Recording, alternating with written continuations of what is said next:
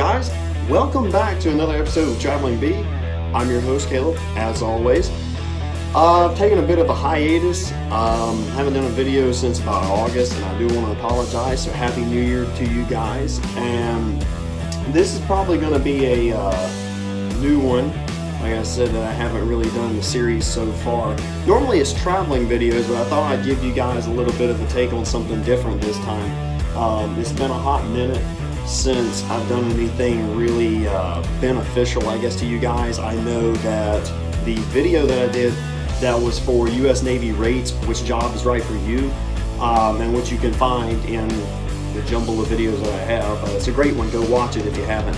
And I really appreciate all the comments I've gotten. It's gotten over 1,000 views, which is great.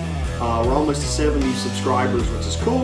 And as always, subscribe, click the bell for notifications, like, comment, share, tell your friends, tell your family, get the word out there. Like I said, I'm hoping to improve these videos as I go along. So it's definitely been a long process. Like I said, I've had a lot of other stuff going on, but I do appreciate all the support. So today I thought I'd do a quick video on what handgun is right for you. The thing of it is a lot of people always wonder, well, you know, I'm into open carry, I'm open, you know, I'm carrying just for protection, home defense, concealed carry when I go out in public, or I'm just taking it to the range.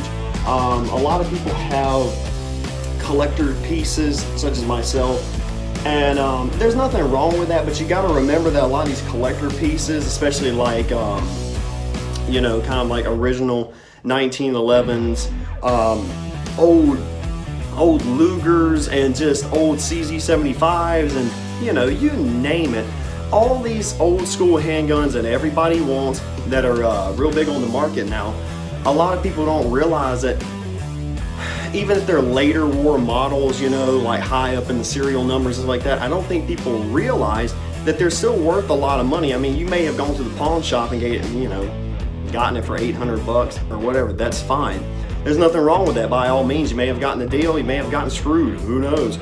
The thing of it is you gotta remember that if you're open carrying or concealed carrying these, some of these primitive firearms, you've got to remember that the value on these things, you know, holds true. Some people appraise them really high, some people appraise them really low, depending on the caliber, the model, especially the year and the serial numbers. Heck, even if it was fired or never fired or whatever, has a lot to do with it, so take that into consideration. But I'm going to give you a quick rundown of the top 5 that I seem to really enjoy. I've taken to the range, I fielded myself, and like I said, don't ever feel like that just because you've got something that's kind of lower end in price or even high end in price that it's not going to suit you well. What I tell people all the time is try to find what works best for you, and you know, definitely try to put into your own lifestyle of, okay, well, I'm carrying this day to day for self-defense, whether it be open carry or concealed carry. So practicality is everything. Point being is try to carry something that's you know you can get ammunition for. So if you're carrying a 380, a 32, a 9mm, a 40, 45, maybe 10mm, 357, 44 Magnum, you know, a lot of these calibers out here that are more readily available. I'm not saying that you can't carry an FM57 and 5.7x28, okay, but you know, if you're sitting there banging through mags, who's going to out here in the general public going to have an extra mag for that? Nobody. 90% of the time people are going to have 9mm, stuff like that. So remember to carry something that's more practical, even though it may feel good to you when you punch out, which is great, and there's nothing wrong with that. Just remember to carry something that's practical, it's easy to conceal or easy to get to on your person. Do your research. Never feel like you should settle for whatever you find just because it seems like a good idea. It happens to the best of us, but always do your research, and definitely know that there are people out there to help. So down in the comments, if you'd like, feel free to 1 through 5 or 5 through 1, whatever. List your favorite or even your least favorites if you'd like, and let me know. I'd love to hear what you guys have got to say, and love the comments and the criticism. It's always good, provided it's positive, of course. And if I'm doing anything wrong, just let me know. First I'm going to say is number 1, and I'm going in order of I guess 1 through 5. I'll go 1 being bottom of the line and 5 being top tier, I guess. I don't know, some people go the other way around, but I'll go 1 through 5. So number 1 for me would be a Colt Trooper Mark III, and it's a 6-round normal Colt model revolver, and it's a fairly decent handgun in .357, but definitely a solid piece, I can tell you that. All wood grips, like I said, mine are the walnut, and they're just really solid shooters. A friend of mine who you might all know, who I subscribe to, it's the World War II Soldier. I took mine, he took his Smith & Wesson Model 19 out into the field, and we tried to field test them. And that Trooper just really stood out amongst the Smith & Wesson. That's just me, I'm partial. Number 2 would probably be a 1911, not because of practicality and the ammunition, but it, you know, I like 1911s. A lot of people nowadays are, you know, people are always going to be sitting here gunning for, oh, I gotta have a Colt, oh, I gotta have a Kimber, Dan Wesson, Wilson Combat, all these high-end, you know, $1,500 to $3,000 1911s, which is great, but there's nothing special about them at the end of the day, because you could rock literally a Rock Island for $350 or $400 in 45 ACP and have the exact same results as performance, whether you take it to the range, you're using it to conceal carry, open carry. It's up to you. Like I said, I've also seen 1911s come in 38 Super and 9mm, and I know you've got some smaller ones that are down chambered into 380. Not too shabby either. Like I said, it's up to you. It's entirely whatever you want as an individual. Like I said, I love a good 1911. Like I said, that stopping power, it's solid. 1 round and you're usually done.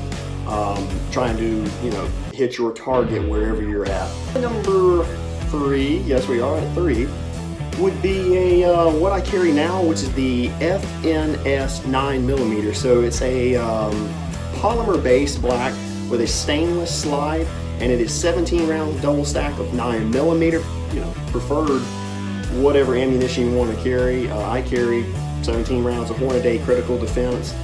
I do open carry it in a Safariland Serpa, kind of like a Black Hawk, I guess. They're similar. I open carry it. Great piece. Like I said, it's got a small little rail system in the bottom. I don't carry a strobe or anything like that. That's just me.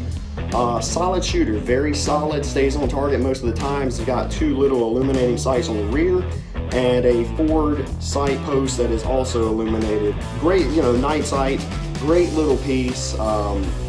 They also make a compact as well. Like I said, it also comes in matte black and stainless finish. Like I said, I have a stainless. Great piece, absolutely solid. You can't go wrong with it, and it just keeps on going. It'll stick with you, and it's a pretty solid shooter, I'd have to say. My number 4 would probably have to be a let's see.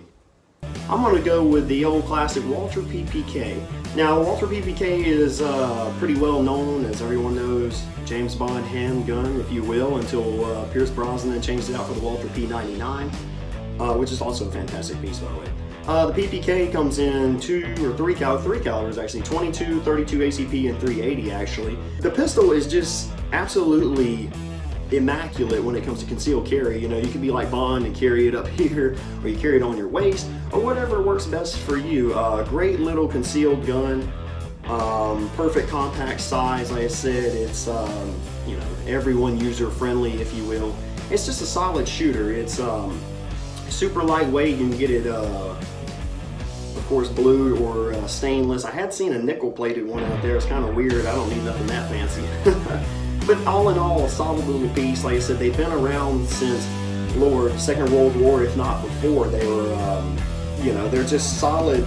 They're solid little guns. And like I said, I think people overlook them a lot of times. The equivalent to it's a little bit cheaper is the Bersa. So Bersa, I guess, is considered a knockoff of Walther. They've got a model that looks just like it, which I recommend as well. Like I said, if you're looking for something a little bit cheaper but similar in style. So all in all, I'd say number 4, Walther PPK. Number 5, I am going to go with the classic, and this is another revolver, ladies and gentlemen. I'm going to go with the classic Colt Python. Out of all the snake guns, the Cobra, the Anaconda, the Viper, Python, it's just an iconic weapon. I mean, just, you know, there's all these 357s on the market, but nothing really piques people's interest except that Python. It's you know, 6-round cylinder, 357, comes in 4-inch, 6-inch, and 8-inch. If you want to rock it like a big boy, you can go 8-inch. I mean, that's just absolutely massive. But it's a solid revolver, like I said. Walnut grips. I've seen people put polymer grips on it. I don't like polymer. But it definitely is a solid piece. The bluing on it is absolutely gorgeous. And I know Colt is bringing them back. So if you've got one from a long time ago, you know, 60, 70, 80s model, I mean, those things are going for about $4 or $5 grand now. It's absolutely bananas. But if you got your hands on one, definitely keep it. Don't let it go. Doesn't matter what size it is or whatever. Just don't let it go, because all the snake guns now in the Colt family, the original snake guns, not the new ones, if you will, are just absolutely, you know, blowing up in price. So definitely check those out. I know I didn't go super into detail with them. Like I said, I'm still trying to ease back into making videos. Like I said, I've been pretty burnt out, and it's just been a lot going on, and I do apologize. I know the fans have been really wanting wanting some new stuff, so this is about all I can give you right now. But I hope it's been, you know, a good video so far. Like I said, let me know your favorites. Like I said, I'll even post them down in the comments section just to let people know. That way they can research them if you had trouble hearing me or just can't understand my drawl, if you will. Let me know what you guys think, and I'll definitely be releasing some new content. I gotta get on the stick with it, so to speak. But I'm excited, and I'm definitely looking forward to it. So, as always, subscribe to your boy. Like, comment, share, click the bell for notifications. Tell me what you guys think. Like I said, this is one of those I'm in my room videos. I hate doing those. I'd rather be outside or something. It's just so darn cold, you know, here in Italy. But anyway, let me know what you guys think, and I do deeply appreciate it. And you guys rock. The subscribers have just been a blessing. People commenting and liking has just been phenomenal.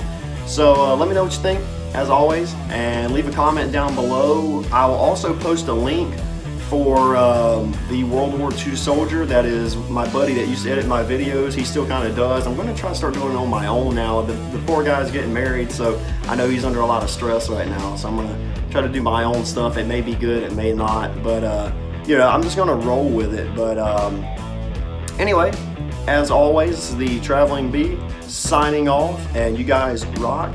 And until next time, stay frosty and be ready for another video.